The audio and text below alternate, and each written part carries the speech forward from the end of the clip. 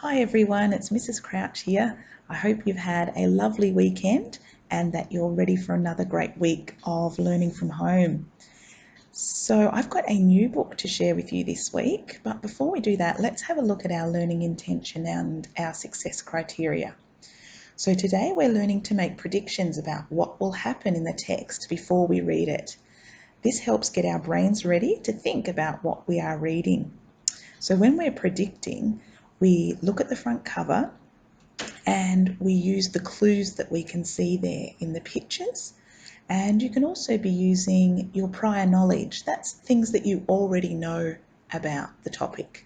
And I'm sure you'll know a lot about the book that we're going to be reading this week. So, how can you be successful today? Well, you can predict who the characters might be in this story that we're going to read this week. You can predict the setting of the story, so where the story is happening. And you can also predict what the problem and the solution might be in the story. And I think you'll have some knowledge about that already as well.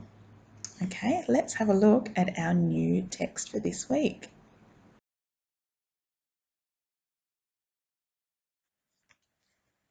And here it is, our story for this week, The Three Ninja Pigs. This story has been written by the author Corey Rosen-Swartz, and its pictures have been drawn by the illustrator Dan Santat. Okay, the Three Ninja Pigs. Last week we had the story of the Three Little Pigs. That was a traditional story that had been told many times. Don't think this one is so traditional. Never heard of ninja pigs before. Do you know anything about that word ninja? Could it have something to do with the way that the pigs are dressed? I think maybe you have heard that word ninja before. You might have seen it on a TV show or in a book that you've read. A ninja is someone who has become very good at one of the martial arts. And martial arts are different types of moves that people learn to do, and maybe they learn it for exercise to stay fit and healthy, or maybe they learn it to want to protect themselves.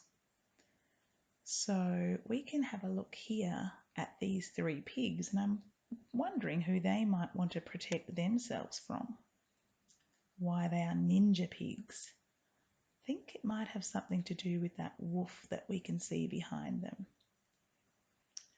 Okay, let's have a look. So we've talked about our characters. We've got our three ninja pigs there in their outfits. And we have the wolf. So that's the same as the last story we read, except for the ninja outfits. Let's have a look at the setting where this story is happening. It looks like it might be happening in a cold place. I can tell that by looking at that mountain in the background. It's covered in snow. That tells me the setting could be a very cold place, and all that blue on the front cover makes me think that as well.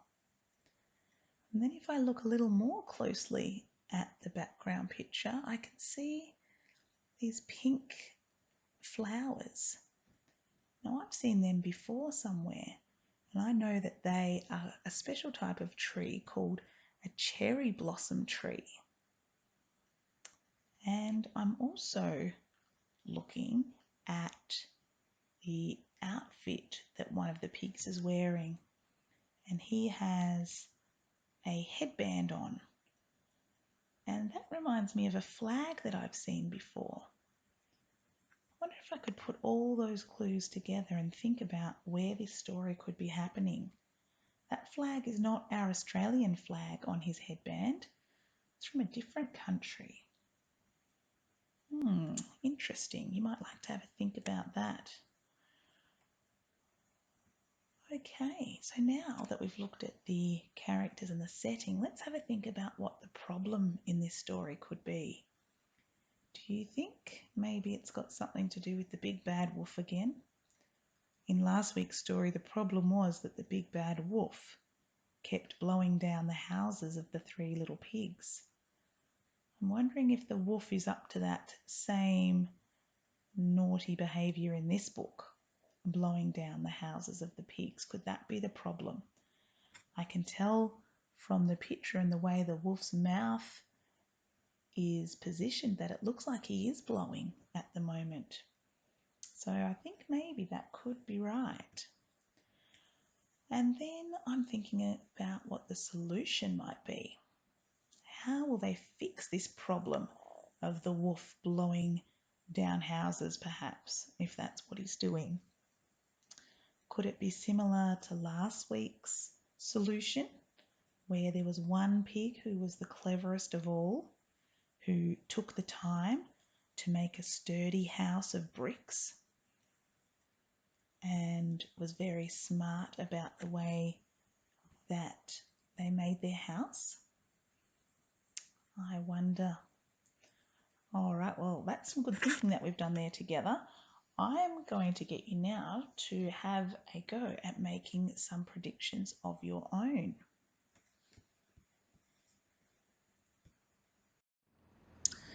So in your book, I'd like you to draw these 4 boxes like the ones I've got here on the page and pop these little headings in.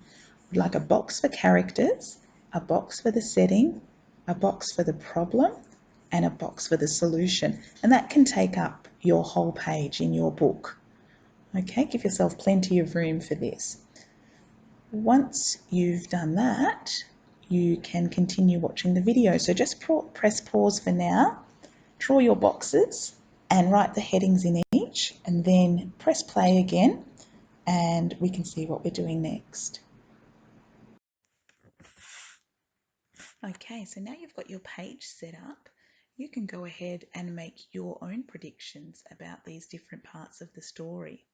So you might like to draw pictures in these boxes, or you can write words about your predictions instead. So I've started you off here with the characters box, and I've got the 3 little pigs in there. And you can go ahead and draw those yourself and write or draw any other characters that you think might be in the story.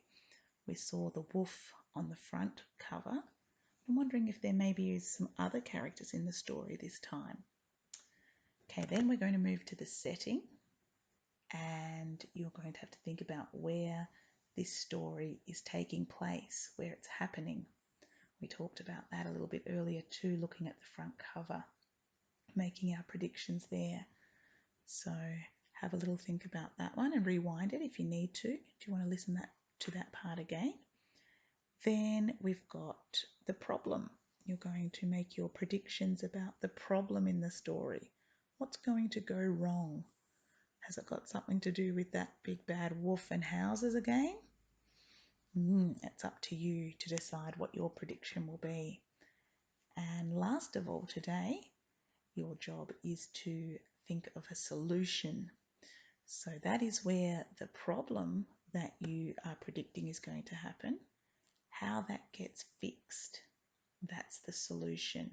How do we solve the problem?